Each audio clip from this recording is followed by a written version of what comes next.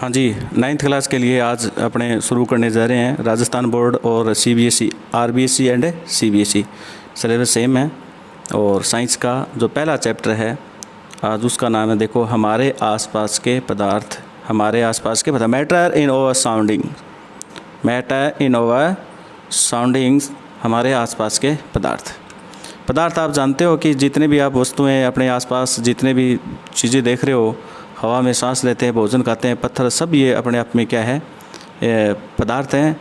और रेत है, ध्यान देने के ऊपर लिखी सभी वस्तुओं का द्रव्यमान होता है। ये कुछ स्थान जो है वो आयतन भी कहती है।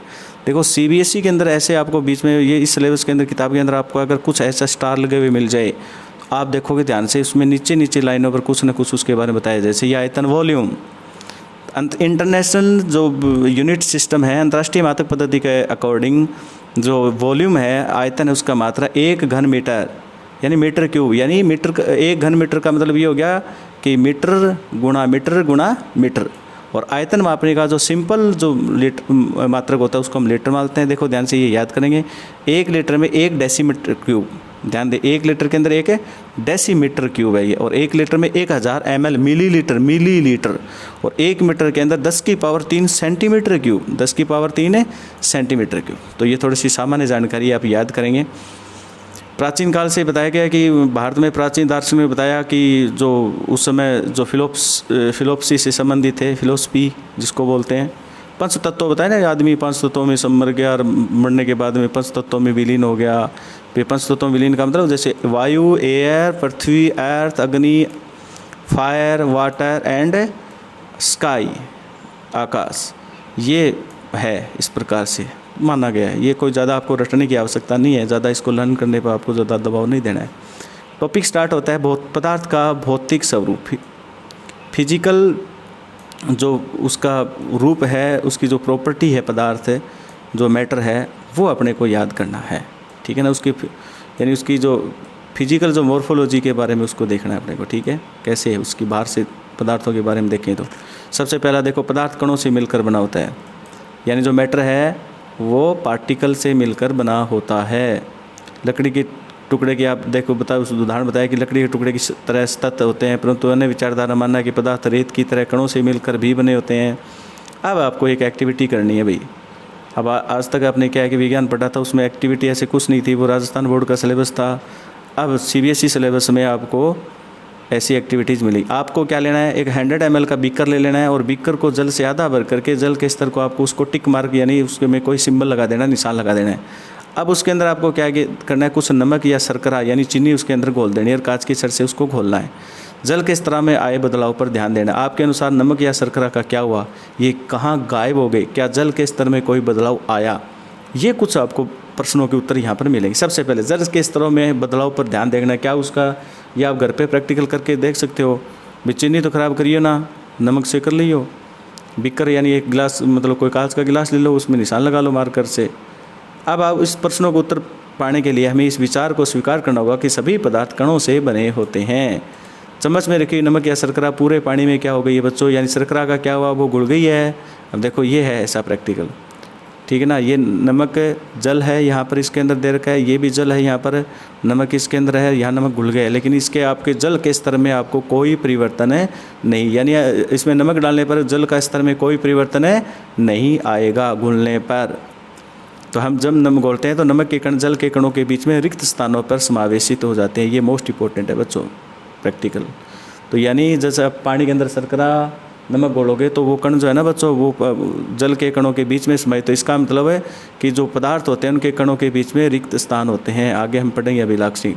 पदार्थ के कण कितने छोटे होते हैं, मैटर के जो पार्टिकल है वो कितने स्मॉल होंगे, वो भी उसके अंदर ध्यान देने वाली बातें हैं, ठीक है, कितने स्मॉल होंगे।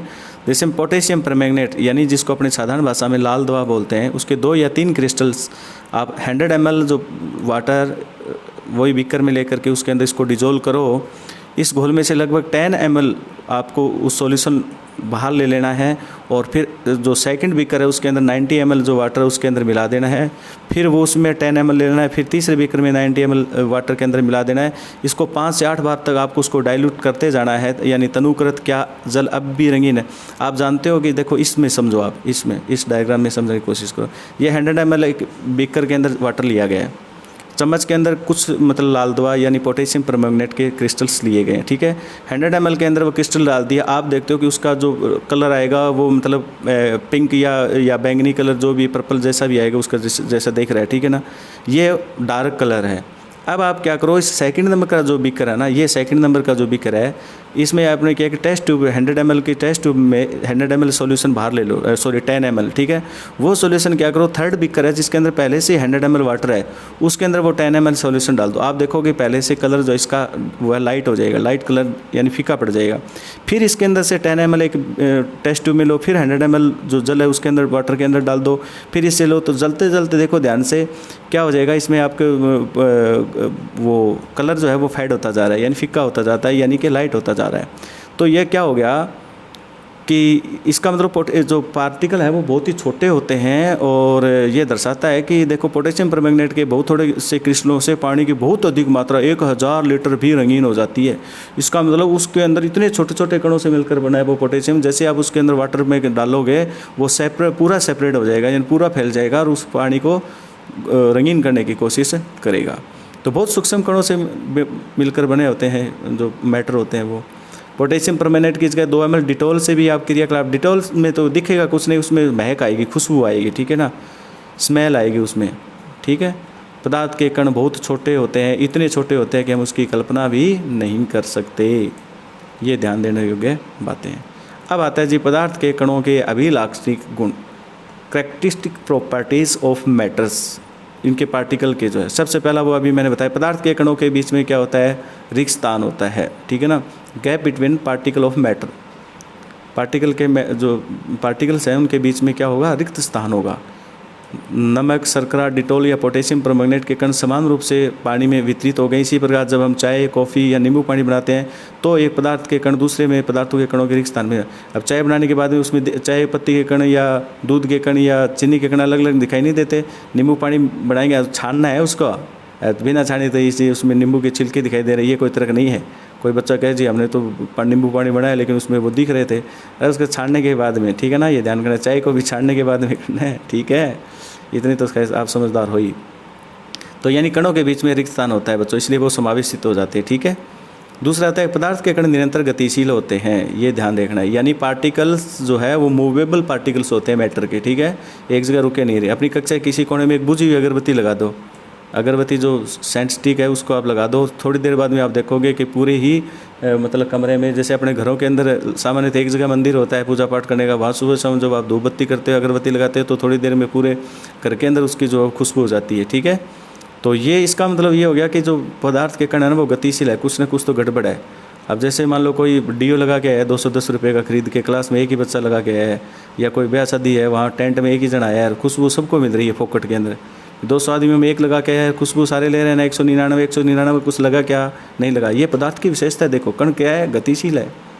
जल से भरे 2 गिलास या बीकर ले, पहले बीकर के एक सिरे पर सावधानी से एक बूंद लाल या नीली शहद डाल दो और दूसरे में शहद डाल दो। इनको अपने घर या कक्षा के कोने में रख दो और अपने परीक्षण नोट करो। तो आप देखें कि स्याही की बूंद डालने के तुरंत बाद आपने क्या देखा कि स्याही की बूंद उसके अंदर क्या हो जाएगी, फैल जाएगी, और स्याही का रंग पूरे जल में एक समान रूप से फैलने में समय कुछ लगेगा, लेकिन शहद जो है वो थोड़ा धीरे धीरे उसके अंदर मिलेगा। एक गिलास में गर्म पानी ले और दूसरे में आप क्या करो, ठंडा लो। कॉपर सल्फेट या पोटेशियम परमैंगनेट की क्रिस्टल डालो और एक रख दो, हिलाना नहीं है, क्रिस्टल को सतह पर बैठने दें। गिलास में ठोस क्रिस्टल के ठीक ऊपर क्या दिखाई देता है, समय बीतने पर क्या होगा, इससे ठोस और द्रव कणों के बारे में क्या पता चलता है, क्या तापमान के साथ मिश्रित होने की दर बदलती है। बिल्कुल, अगर आप देखोगे तो पदार्थ के कण निरंतर गतिशील होते हैं, अर्थात उनमें क्या होती है बच्चों, गतिज ऊर्जा होती है। तापमान बढ़ने से कणों की गतिज ऊर्जा बढ़ेगी। कणों की जब गतिज ऊर्जा बढ़ेगी तो हम वो ज़्यादा गतिमान होंगे, तो वो जल्दी फैलेंगे, ठीक है ना। अगर गर्म पानी के अंदर आप पोटेशियम परमैंगनेट डालोगे तो वो जल्दी फैलेगा, ठंडे पानी के अंदर डालोगे तो वो धीरे धीरे फैलेगा, ठीक है, ये ध्यान देना है। तो इसको गतिज ऊर्जा कहते हैं।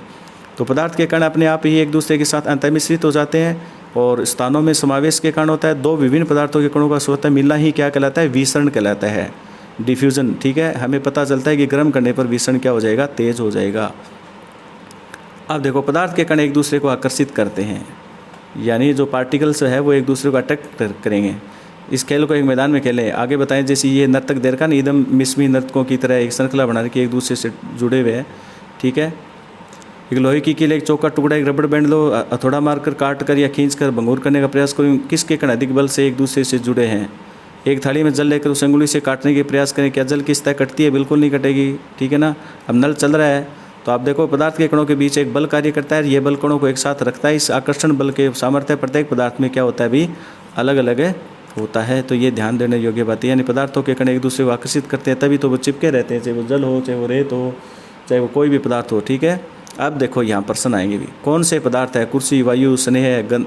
कुर्सी पदार्थ है, वायु पदार्थ है, स्नेह पदार्थ नहीं है, गंध पदार्थ नहीं है, घृणा पदार्थ नहीं है, बादाम पदार्थ है, विचार पदार्थ नहीं है, शीत पदार्थ नहीं है, नींबू पदार्थ है, पानी पदार्थ है, इत्र की सुगंध पदार्थ नहीं है, लेकिन इत्र पदार्थ है, ठीक है। प्रेक्षण कांड बताए, गर्मा गर्म खाने की गंध कई मीटर से। अब गर्मा गर्म खानो और हलवो पड़ोसियाँ को बनता था पर लग रहे अपने आप ही सारा मुंह में पानी चला है। अब भी ध्यान कर लियो, मुंह भींच लियो, क्योंकि उसमें गर्मा गर्म जो गंध के जो कण है ना वो तेज़ी से गति करेंगे, और ठंडे खाने की तो भैया कोई को नहीं आवे मेघ लेंगे। स्विमिंग पूल में गोताखोर पानी काट पाता है, इससे पदार्थ का कौन सा गुण प्रक्षेपित होता है? देखो स्विमिंग पूल में गोताखोर जो पानी आपस में काट देता है, उनके बीच में यह है कि आकर्षण बल जो है वो कम है कणों के बीच में, और आसानी से उसको तोड़कर उसको दूर कर सकता है। पदार्थ के कणों की 3 विशेषताएं भी आपको मैंने बताई, वहाँ पीछे से इसके उत्तर देखेंगे, ठीक है। तो 9th क्लास के लिए पहला पाठ हमने शुरू कर दिया है, डेली आपको पढ़ना है, ये ध्यान रखना है। आज इस पाठ को इतना पूरा पढ़ेंगे, क्रियाकलाप करेंगे, और घरे ज़्यादा प्रैक्टिकल करने की आवश्यकता नहीं है।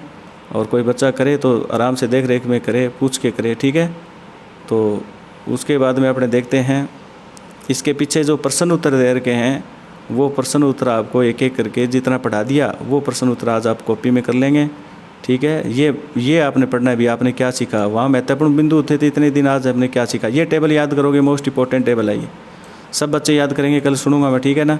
अब देखो ये कुछ चीज़ें हैं भी पढ़ाई नहीं है, तो जैसे ये आकर्षण बल वाला आ गया, ये उबलते हुए अभी आई नहीं है सारी बातें, कोई बात नहीं, जो आगे उतने प्रश्न कर लेना, बाकी फिर याद कर लेना, ओके। तो सभी बच्चे पढ़ेंगे, स्वस्थ रहो, मस्त रहो और पढ़ाई के अंदर व्यस्त रहो।